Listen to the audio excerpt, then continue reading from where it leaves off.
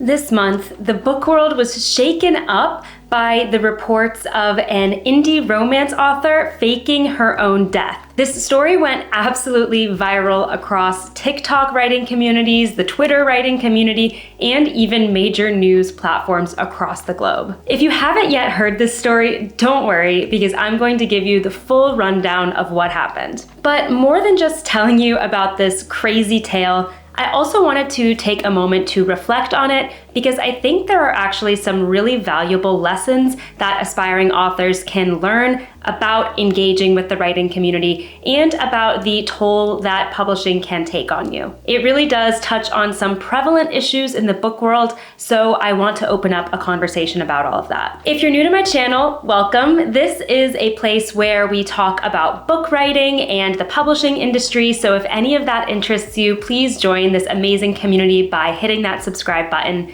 While you're at it, please go ahead and hit that thumbs up button because it really helps out my channel. And I want to let you know about a free resource I created for my YouTube community, specifically those of you who have a current work in progress.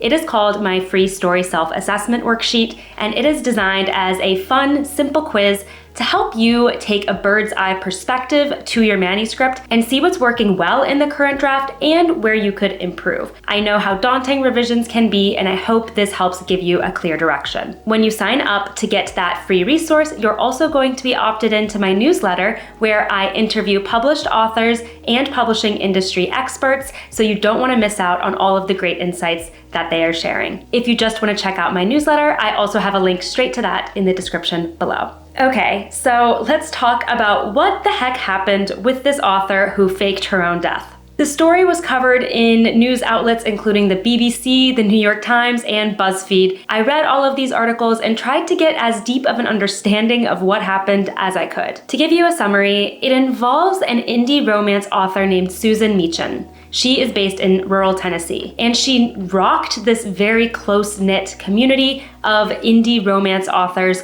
when her death was announced, and then she suddenly posted in her Facebook group indicating that she actually had been alive the whole time. So let's backtrack to the fall of 2020. A post apparently written by Susan's daughter appeared on her Facebook group page. That includes her fans and readers as well as other indie romance writers. The post allegedly announced that Susan had committed suicide. Now, Susan had regularly discussed her mental health on her Facebook page, and in several instances reported that she was getting bullied by fellow authors and fellow members of the writing community. So obviously this news really shook up her fans, her friends, other members of the indie romance writing community, and many people reached out and expressed their grief and their condolences. Then in the following months, there were some additional posts in the Facebook group linking to Susan's books, explaining that they are still available for purchase. So some members of the community bought those books to show their support for her family. Some people also seemed to give donations directly to the family. Then, suddenly this month, January 2023, Susan herself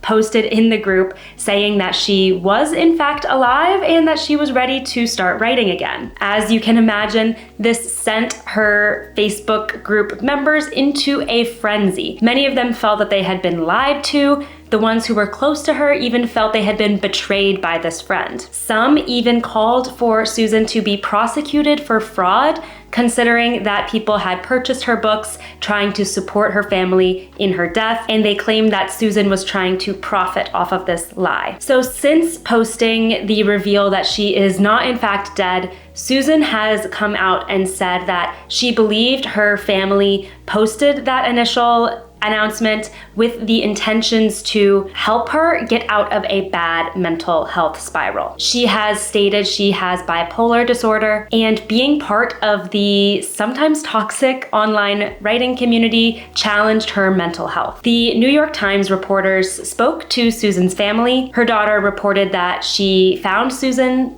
unresponsive after taking a large dose of Xanax, and it was Susan's husband who had the idea to post the announcement of her suicide on the Facebook group so that she would no longer have to be a member of this writing community. He did say in the New York Times article that he takes full blame for all of this controversy. Since all of this has unraveled, Susan has said that she has put a pause on her decision to return to writing, and that she's confident no charges will be filed against her. So I'll let you draw your own conclusions about this incident, but it is clear that people on both sides were hurt, right, in one way or another. And admittedly, I do not have all of the details of the bullying incidents or what was reported about Susan going through mental health crises, but I do think that this incident speaks to some things that we often don't talk about when it comes to the writing community and being a part of it as a published author. I think there are two key things that we can take away from this story,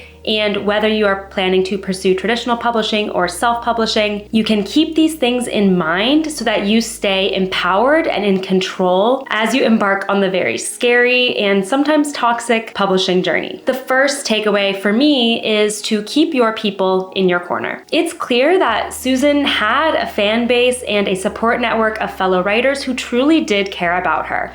That's why they expressed their condolences and wanted to support her family when her death was announced. That's why they were so distraught by this news. So when you are embarking on your publishing journey, it is so important for you to honor and care for those who support you, whether that be your friends, your family, your fellow authors, your publishing team, and of course your readers. The publishing process can be so distressing.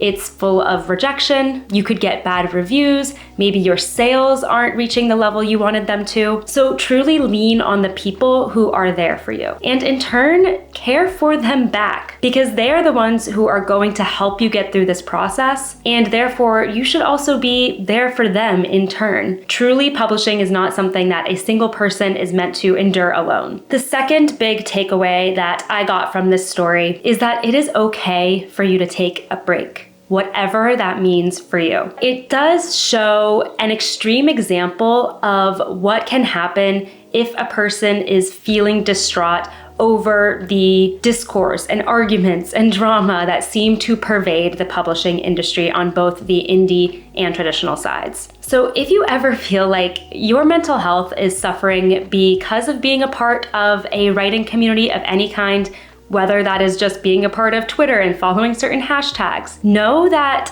it is totally okay and advised even to take a break from it and step back. Do not feel like you have to engage in these communities if it is counterproductive to your writing or even harmful to your mental well-being. You can feel pressured to be engaged and build a platform for yourself because it is something that we often talk about in establishing your career as an author. But at the end of the day, what is much more important is you putting yourself and your mental health first, because otherwise you will not be in an environment where your writing can thrive. And writing is ultimately your passion and the thing that you should focus all of your efforts around, right? So if your writing is not flourishing for whatever reason, because of a community or otherwise, then take a step back and you should feel empowered to do that. I know this video was a little bit different than my standard topics that I cover, but I hope that you found it interesting. I couldn't help but make a video about it just because it was such a buzzy piece of news in the industry, and I want to hear what you guys think about it.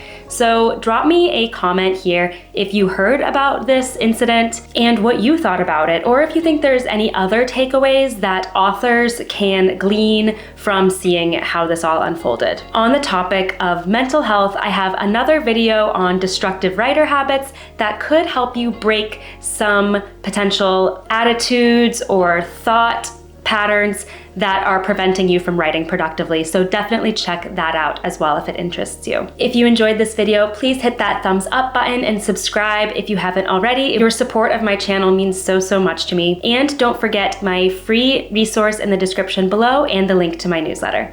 Thank you so much for watching, and happy writing.